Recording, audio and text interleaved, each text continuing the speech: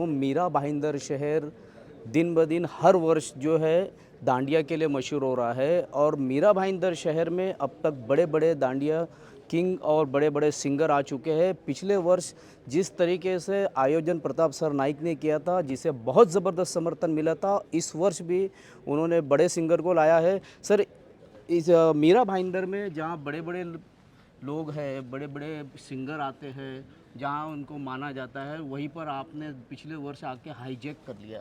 नहीं नहीं, हाईजैक नहीं किया। देखिए 15 साल से तो मैं यह शहर का लोक प्रतिनिधि हूँ और लोगों को जो चीज़ें चाहिए, गणेश उत्सव में गणपति का आयोजन, नवरात्रि उत्सव में डांडिया का आयोजन, चैत्र नवरात्रि रहती है तो माँ देवी का आगमन, इस तरह से लोगों को कल्चरल एक्टिविटी की ज़रूरत होती है। उनके एक प्रकार से अगर कहा जाए तो एक भूख होती है, वो सांस्कृतिक जो भूख है वो भी हमें पूरी करनी पड़ती है। लोक प्रतिनिधि के तौर पे विकास के काम तो हम शहर के लिए करते ही है। और आप तो जानते हो आदरणीय मुख्यमंत्री एकनाथ शिंदे साहब ने बहुत बड़े पैमाने पे निधि की बरसात इस मीरा भाईंदर शहर और ठाणे यानी मेरे मतदार संघ में की है। तो इस विकास के काम के साथ साथ ये कल्चरल एक्टिविटीज़ करना मैं मेरा फ़र्ज समझता हूँ।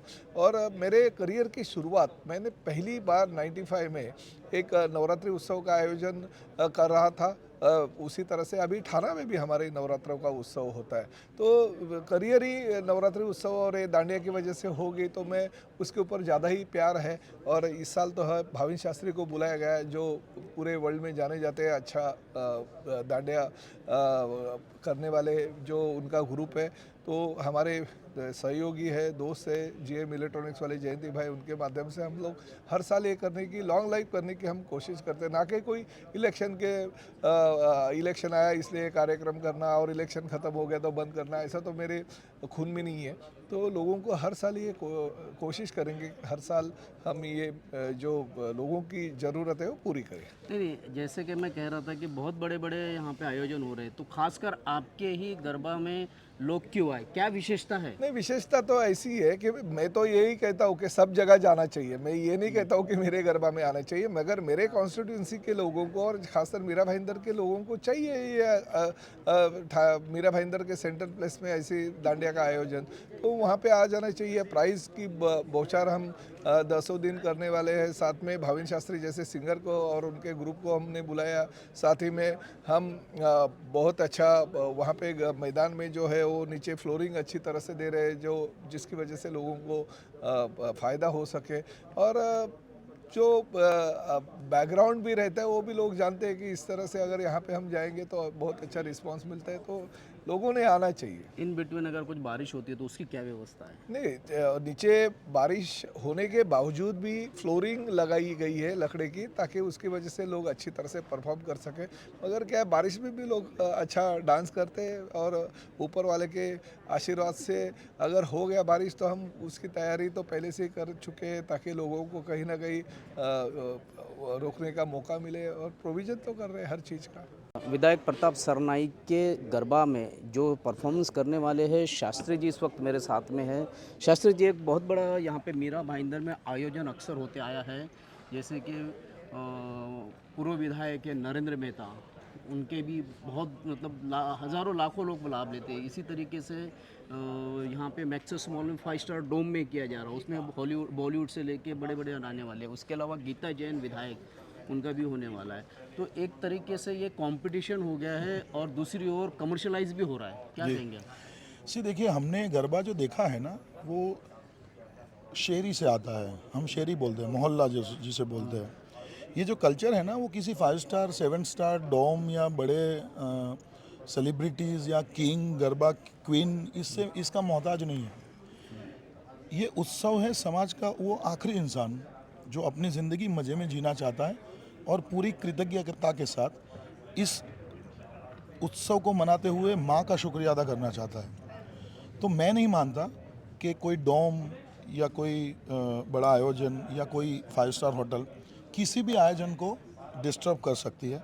जहाँ तक हमारी भक्ति का सवाल है, यहाँ पर एक बड़ी कोशिश हुई है, इसको मैं अप्रिशिएट ज़रूर करूँगा।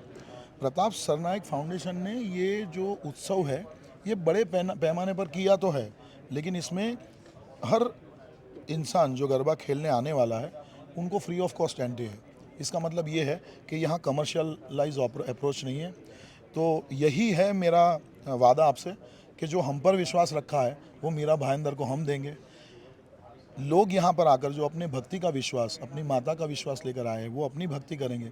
इस तरह से सनातन का रंग और उछल के आएगा बाहर। नहीं, सवाल एक ऐसा भी है ना कि जैसे किंग नहीं है, आप भले नहीं मानते हो, लेकिन जब पब्लिसिटी है तो सब अपने आप को किंग क्वीन क्या क्या बताते हैं, लेकिन माँ की भक्ति में लीन होने के लिए ज़्यादा से ज़्यादा लोग सबसे ज़्यादा स्वयं स्फूर्ति से खुद आए, ऐसे परफॉर्मेंस कहाँ दिखने को मिल रहा है आजकल? नहीं, वही नहीं हो, बट रहे लोग वही कोशिश कर रहे हैं हम लोग कि यहाँ पर जो कमर्शियलाइज अप्रोच कम हो जाए या ख़त्म हो जाए।